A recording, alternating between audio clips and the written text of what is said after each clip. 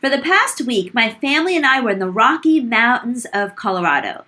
For city folk like us, it was a great opportunity to connect with nature. We went fishing and boating, which was the very first time for both of my boys. We drove up and hiked the Rocky Mountains as high as 12,000 feet.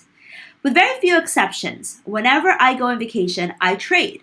And vacation trading is actually one of my favorite forms of trading because I'm relaxed. We typically focus only on the Asia session. I put my trades on, I go to sleep, and I wake up in the morning. If I'm lucky, they've hit their profit targets. That's what happened this week, but not as smoothly as I would like. If you remember back in June, I took my family to Hawaii and we made more than 160 pips in 3 trading days. This time around, it wasn't as easy. It took us 5 full trading days to reach that target across 2 different accounts because I made one big mistake. Let's take a look at what that was. So the week started off very good. Let's go back and take a look at Sunday night when we started off our week of trades. So on Sunday night, I had laid on 2 trades, starting off with buying Kiwi CAD and selling Swiss yen. And Kiwi CAD had a very, very clean zip signal where we basically created a zip signal and held, so it still looked good. And then Swiss yen had a clean zip sell signal. I provided the reasons why, as usual. RBNZ I thought was going to raise interest rates. We can talk about that later. And the market certainly was positioning for that. Oil prices were falling. Canadian data was very good. And then in terms of Swiss yen, I felt like the Delta variant concerns were going to escalate, weighing on stocks. This is a view that we've had for a few weeks now, and that hasn't changed at all. It's something that we've pressed if you've ever watched any of the older videos that I had. So it didn't take long. Swiss yen hit the profit target, closed half of Kiwi CAD, and then added a dollar CAD trade before I went to sleep because dollar CAD had a really nice, zip breakout signal, and I thought that was going to continue.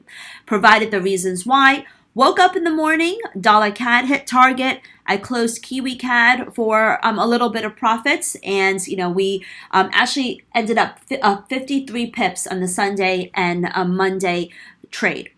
And then we added some minor profits on Tuesday, not much. I sold Swiss yen, bought euro pounds. Swiss yen had a zip sell signal, as you can see here. Still leveraging on the risk off trade. Euro pound had a zip buy signal, as you see here. Actually, double zip buy, which I liked a lot. And then I also sold Aussie CAD, which had a zip sell signal. As usual, provided all the reasons why. Euro pound, Aussie CAD. I went to sleep. Euro pound, Aussie CAD hit target. Swiss yen stopped out. 2 out of 3 were right, but that only gave us a little bit of profit. So this is when things went really wrong. On Sunday night we made money. Monday we made money, and on Tuesday night, which is actually Wednesday morning, I put on long dollar CAD and then I shorted Kiwi dollar. I shorted Kiwi dollar because the RBNZ decided to forgo raising interest rates, which caused Kiwi dollar to sell off, as you saw in this chart here. I thought that was a very big announcement, and I thought that was going to have continuation. And so this trade was really leveraged off of the RBNZ surprise. And I got stopped out. I got stopped out of Kiwi dollar. I got stopped out of Kiwi yen because I was too early. I should have waited. I should have waited for RBNZ Governor Orr to speak. I should have waited to the next session, to be honest. But I did wait until after Orr spoke, Governor Orr, and we reloaded because I felt very firmly about this fundamental view, and we also did the technical setup. So I sold Kiwi dollar again, sold Kiwi CAD, and added to the Kiwi dollar position. I also at the time had bought dollar CAD, which just didn't work out, and I ended up closing that for a loss. So that night was just all about losses. But because I reloaded at a better price, which I should have done to begin with, which is I should have waited, when I woke up on Wednesday morning, Kiwi CAD hit target, Kiwi dollar hit target. I also kicked off the morning with a new Kiwi yen trade because I felt like it was just going to keep going.